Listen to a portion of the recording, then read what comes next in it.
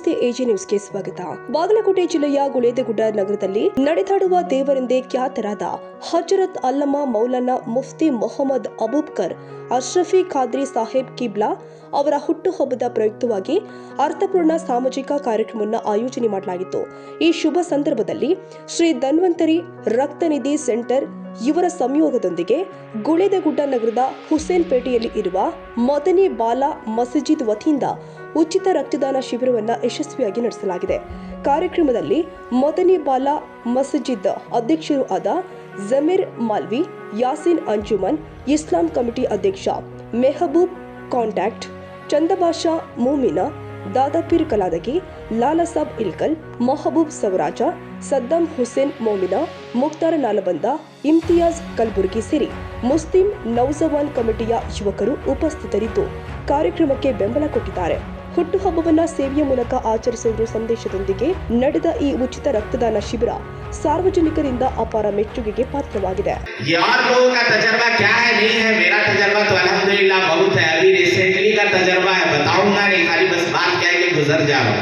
अल्हम्दुलिल्लाह अल्लाह ने बड़ी खूबी से बड़े हुस्न खूबी के साथ मुझे नवाजा है इनाम और इकराम की सूरत में, रहमत की सूरत में.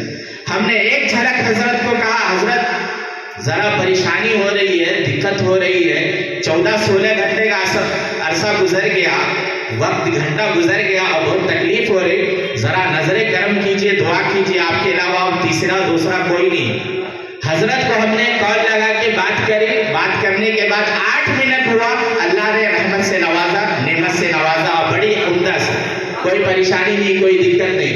तो ये अकीदा दिलों का होता है, मोहब्बत का होता है, प्यार का होता है. और इंसान के दिल में मोहब्बत कैसे होती है वो वैसे नहीं पाता है. जैसे इस आयत करीमा में एक और बात है कि जो अल्लाह की राह में जिस नीयत इरादे के साथ खर्च करता है ना, अल्लाह उसे उसी के नीयत के बदले अता करता है और नवाजता है.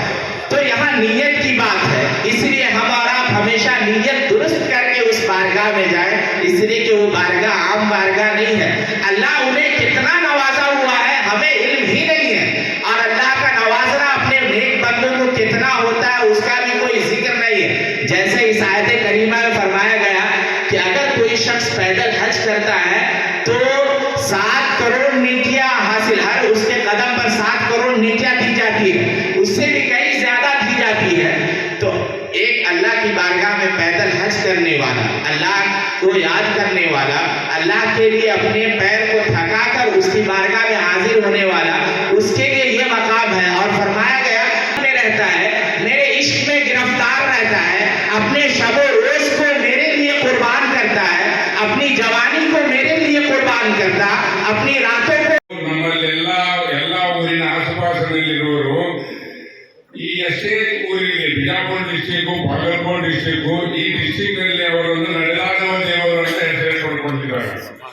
ಅದಕ್ಕಾಗಿ ಅವರಿಗೆ ನಮ್ಮ 800 ಮನೆಗಳ ಓಣಿಯಿಂದ ಹಾಗೂ ನಮ್ಮ ಸಮಾಜದ ಎಲ್ಲ ವತಿಗಳಿಂದ ಭಗವಾನ್ಪೇಟೆ ಓಣಿ 800 ಮನೆಯಲ್ಲಿ ಇರುವರು ಹಾಗೂ ಅಲ್ಲಿ ಹೊರಗೆ ಇರುವರು ಅವರು ಹಾಗೂ ನಾನು ಅವರಿಗೆ ಹುಟ್ಟುಹಬ್ಬದ ಶುಭಾಶಯಗಳನ್ನು ಹೇಳಲು ತಿಳಿಸುತ್ತೇನೆ. ಮೊದಲನೇದಾಗಿ ಹುಟ್ಟುಹಬ್ಬ ಆಚರಿಸುವುದು ಅವರಿಗಾಗಿ ಅಲ್ಲ, ಅದು ನಮಗಾಗಿ. ಯಾಕಂದ್ರೆ ಅದು ನಮ್ಮ ಖುಷಿ ಹಾಗೂ ನಮ್ಮ ಆನಂದದಲ್ಲಿರುತ್ತದೆ. ಹುಟ್ಟುಹಬ್ಬ ಆಚರಿಸಬೇಕು ಎನ್ನುವುದು ನಮ್ಮೆಲ್ಲರಿಗೂ ಒಂದು ಆಸೆ ಬರಬೇಕಂದ್ರೆ ಆ ಹುಟ್ಟುಹಬ್ಬದಲ್ಲಿ ಯಾವುದಾದ್ರೂ ಒಂದು ಸ್ಪೆಷಲ್ ಕಾರ್ಯಕ್ರಮ ಇರಬೇಕು. ಅದನ್ನ ಅವರ ಹೆಸರು ನಾವು ನೆನೆಸಿಕೊಳ್ಳಬೇಕಾಗುತ್ತದೆ. ಮುಫ್ತಿ ಅಬೂಬಕರ್ ಸಾಹೇಬರಿಗೆ ಎಲ್ಲಿ ಹೋದರು, ಎಲ್ಲಿದ್ದರು, ಅವರು ಯಾವಾಗಲೂ ಚೆನ್ನಾಗಿರಲಿ, ಅವರ ಆಯುಷ್ಯ ಯಾವಾಗಲೂ ಬೆಳೆಯುತ್ತಿರಲಿ, ಅವರ ಅನುಯಾಯಿಗಳು ಯಾವತ್ತೂ ಬೆಳೆಯುತ್ತೂ ಹೋಗಲಿ. ಹಾಗೂ ಈ ಎಲ್ಲ ಓಣಿಯಲ್ಲಿ ಅವರಿಗೆ ಇರುವಂತಹ ಅನುಯಾಯಿಗಳು ಯಾವ ರೀತಿ ಇರಬೇಕು ಅನ್ನೋದು ಅವರೆಲ್ಲ ಹೇಳಿಕೊಟ್ಟಿದ್ದಾರೆ. ಆದ್ದರಿಂದ ಇವತ್ತು ಈ ರಕ್ತದಾನ, ಅನ್ನದಾನಕ್ಕಿಂತ ಶ್ರೇಷ್ಠವಾದದ್ದು ಯಾವುದು? ರಕ್ತದಾನ. ಅನ್ನದಾನ ನೀವು ಒಂದು ಹೊತ್ತು ಕೊಡ್ತೀರಿ, ಆ ಹೊತ್ತಲ್ಲಿ ಬಂದು ಹೋಗ್ತೀರಿ, ಆದ್ರೆ ಅದು ಅಲ್ಲಿಗೆ ಹೋಗುತ್ತೆ. ಆದ್ರೆ ರಕ್ತದಾನ ಅನ್ನೋದು ನೀವು ಸಾಯುವವರೆಗೆ ನಿಮ್ಮ ಹತ್ರ ರಕ್ತದಾನ ಮಾಡೋದು, ರಕ್ತ ಇರ್ತದ ಮಾತ್ರ ಮನುಷ್ಯರ ಎಲ್ಲ ನರನಾಡಿಗಳು ಆ ರಕ್ತದಲ್ಲಿ ಹರಿದಾಡುತ್ತವೆ. ಅದಕ್ಕೆ ಈ ರಕ್ತದಾನವನ್ನು ಮಾಡಲಾಗುತ್ತದೆ. ಈ ರಕ್ತದಾನದಿಂದ ಒಬ್ಬರ ಜೀವ ಅಲ್ಲ, ಇಬ್ಬರ ಜೀವ ಅಲ್ಲ, ನೀವು ಎಷ್ಟೋ ಜೀವಗಳನ್ನು ಉಳಿಸಬಹುದು.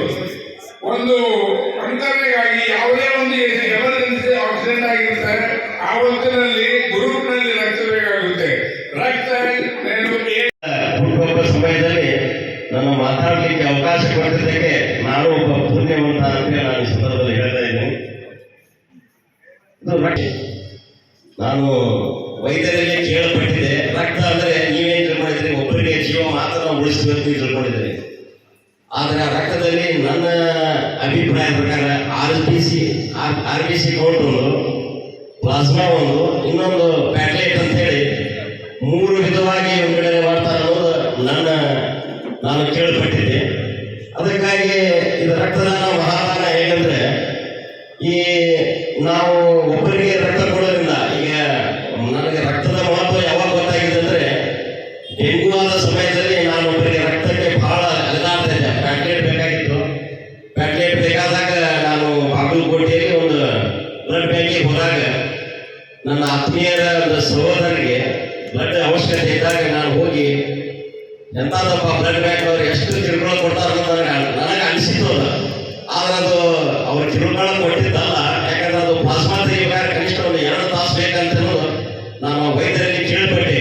ನನಗೆ ಅವಾಗ ಅನಿಸಿದ್ದು, ಏನಪ್ಪ ಡಾಕ್ಟರ್ ದುಡ್ಡು ಕೊಟ್ಟರೆ ರಕ್ತ ಸಿಗ್ತದ್ರೆ, ಇಲ್ಲ ಏನು ಕೊಟ್ಟರೆ ಸಿಗಲ್ಲ. ಆದರೆ ಇಂಥ ಗುರುಗಳ ಹುಟ್ಟ ಹಬ್ಬದಲ್ಲಿ ಸ್ವಯಂ ಪ್ರೇರಿತವಾಗಿ 3ನೇ ವರ್ಷ ಯಶಸ್ವಿಯಾಗಿ ನೀವೇನು ರಕ್ತದಾನ ಶಿಬಿರ ಮಾಡ್ತಾ ಇದ್ರಿ, ಈ ರಕ್ತದಾನ ಶಿಬಿರದ ಮಹತ್ವವನ್ನು ನಾನು ಕಣ್ಣಾರೆ ಕಂಡಿದ್ದೇನೆ. ರಕ್ತ ಅಂದ್ರೆ ಏನು ಅನ್ನೋದು.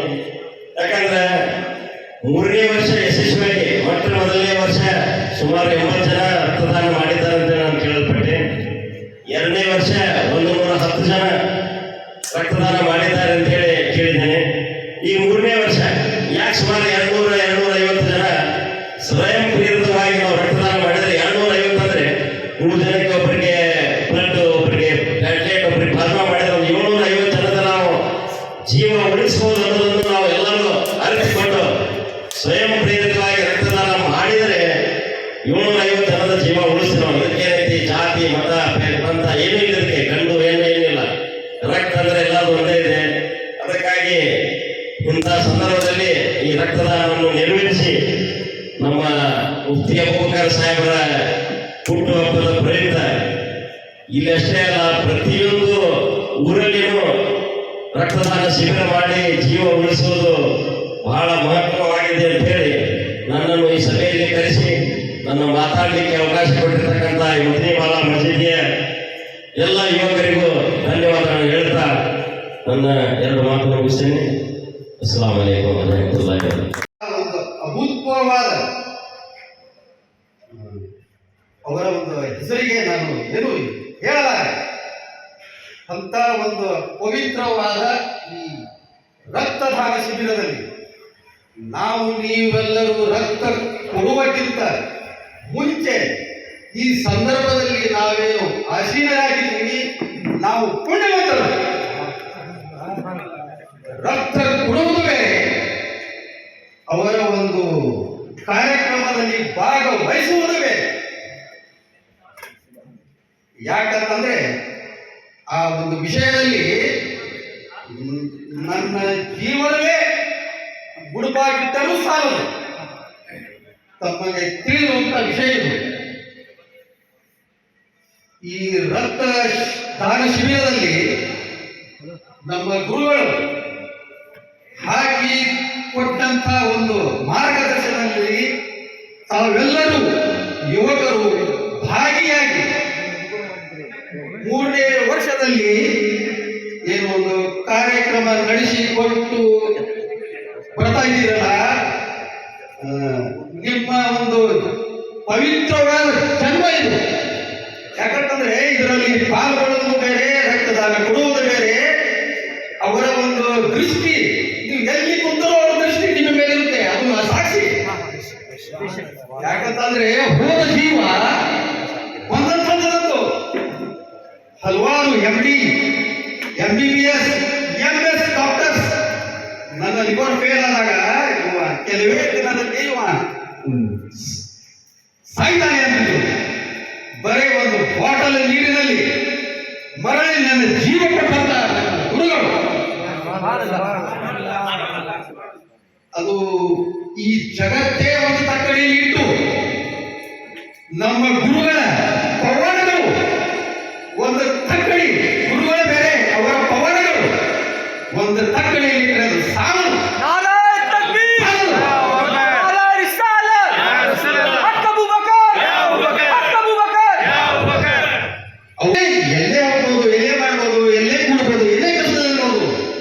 ನಮ್ಮ ಪ್ರತಿ ಹೆಜ್ಜೆ ಕೂಡ ಅವರು ಕಾಣುವರು ಅಂತ ಶಕ್ತಿ ದೇವರವರಲ್ಲಿ ಕೊಟ್ಟಿದ್ದಾರೆ. ಅದೇ ನಾನೇ ಸಾಕ್ಷಿ. ಯಾಕಂದ್ರೆ ನಾ ಅವರ ಮನಸ್ಸದಲ್ಲಿ ಇದ್ದಾಗ ಒಂದು ವಸ್ತು ನಾನು ಬೇರೆ ಕಡೆ ಒಯ್ದಿಟ್ಟಿದ್ದೆ, ನನಗೆ ಬಳಸಿರ್ತಕ್ಕಂಥ ವಸ್ತು ನನಗೆ ವೈಯಕ್ತಿಕವಾಗಿ ಇವತ್ತು ವಿಷಯ ದೀಕ್ಷೆ ಹೇಳ್ತಾ ಇದ್ದೀನಿ. ಅವರ ಶಕ್ತಿ, ಅವರ ಪವಾಡ. ಅವರು ಊರಲ್ಲಿ ಇರಲಿಲ್ಲ. 3 ದಿನದ ಬಳಿಕ ಅವರು ಬಂದರು. ಬಂದಾಗ ನಾನು ಅವರ ಸಾನ್ನಿಧ್ಯದಲ್ಲಿ ನಮಸ್ಕರಿಸಬೇಕಂತ ಹೋದಾಗ ಇಲ್ಲಪ್ಪ ಅಂದ್ರು. ಯಾಕೆ ಗುರುಗಳು ಅಂದ್ರು, ಮೊನ್ನೆ ರಾತ್ರಿ ಈ ಗಿಡದ ಹತ್ರ ಏಟು ಬಂದ್ರಿ ಏನು? ಅವರು ಊರಲ್ಲೇ ಇಲ್ಲ, ನಾ ಯಾರಿಗೂ ಹೇಳಿಲ್ಲ. ಈ ವಿಷಯ ಗುರುಗಳಿಗೆ ಹೇಳಬೇಕು. ಇಲ್ಲ ಗುರುಗಳ, ನಾನು ಹೋಗಿಲ್ಲ. ಅಲ್ಲಲ್ಲ, ನೀನು ಎಲ್ಲಿ ಹೋಗಿ ಹೇಳು? ಹೌದು ಗುರುಗಳೇ, ತಪ್ಪಾಗಿದೆ, ಹೋಗಿದ್ವಿ. ಆ ವಸ್ತು ತಗೊಂಡ್ಬರ್ತೀವೋ, ಗಿಡದ ಹತ್ರ ಇಟ್ಟಿದ್ವೋ, ನಾನೇ ತರಲಿ ಒಂದು. ಇದು ನಡೆದ ಘಟನೆ. ಅದಕ್ಕಾಗಿ ಅದು ಎಷ್ಟು ಹೇಳಿದ್ರು ಸಾಲದು. ಈ ವಿಷಯ ರಕ್ತದಾನ ಒಬ್ಬ ಮನುಷ್ಯ 3 ತಿಂಗಳಿಗೊಮ್ಮೆ ಮಾಡಬೇಕು. 6 ತಿಂಗಳಿಗೊಮ್ಮೆ ಮಾಡೋದ್ರಿಂದ ನಮ್ಮಲ್ಲಿ ಇರುವಂತಹ ಕೊಲೆಸ್ಟ್ರಾಲ್ ಹೊರಗೆ ಬರೋದ್ರಿಂದ ನಮಗೆ 80% ರೋಗಗಳು ಹೊರಗೆ ಬರಬೇಕು. ತಗೊಂತಿರ್ತಾರ, ಅವ್ರಂತೂ ಆರಾಮಾಗೇ ಆಗ್ತಾರೆ, ಕೊಟ್ಟವ್ರನ್ನೂ ಆರಾಮಾಗ್ತಾರೆ. ಇದು ಅದರಲ್ಲಿ ಇಂಥ ಒಂದು ಸಾಹೇಬರು ಒಂದು ಬರ್ತ್ಡೇ ಟೈಮ್ನ ನೀವು ಕೊಡಕತ್ತಿಲ್ಲ, ಇದು ಒಳ್ಳೆಯ ಖುಷಿಯ ವಿಚಾರ. ನಿಮ್ಮ ಒಬ್ಬರಿಂದ 3 ಜೀವ ಉಳಿತಾವು. ಅವ್ರದ್ದು ಎಲ್ಲ ದುವಾಗಿ ಸಿಗಲಿ, ಇಷ್ಟೇ ನನ್ನ ಮಾತು.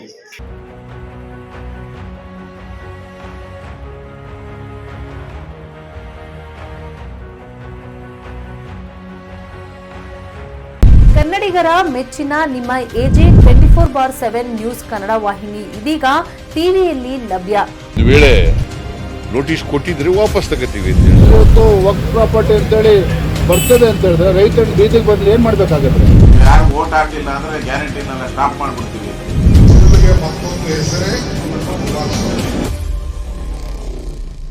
ಕರ್ನಾಟಕ ಮತ್ತು ದೇಶ ವಿದೇಶ 360 ಡಿಗ್ರಿ ಸುದ್ದಿ ಹಾಗೂ ಉತ್ತರ ಕರ್ನಾಟಕ, ಬೆಳಗಾವಿ, ಬಾಗಲಕೋಟೆ, ಧಾರವಾಡ, ಹಾವೇರಿ, ಗದಗ, ಬಿಜಾಪುರ ಜಿಲ್ಲೆಯ ಕ್ಷಣ ಕ್ಷಣದ ವಿವರವನ್ನ ಪಡೆಯುವುದಕ್ಕೆ ಎಜೆ 24/7 ನ್ಯೂಸ್ ಕನ್ನಡ ವಾಹಿನಿಯನ್ನ ಲೈಕ್ ಮಾಡಿ, ವಿಡಿಯೋಗಳನ್ನ ಶೇರ್ ಮಾಡಿ, ಕಮೆಂಟ್ ಮಾಡುವ ಮೂಲಕ ನಮ್ಮ ವಾಹಿನಿಗೆ ಸಹಕಾರ ನೀಡಿ ಮತ್ತು ಚಾನೆಲ್ ಅನ್ನ ಸಬ್ಸ್ಕ್ರೈಬ್ ಮಾಡಿ.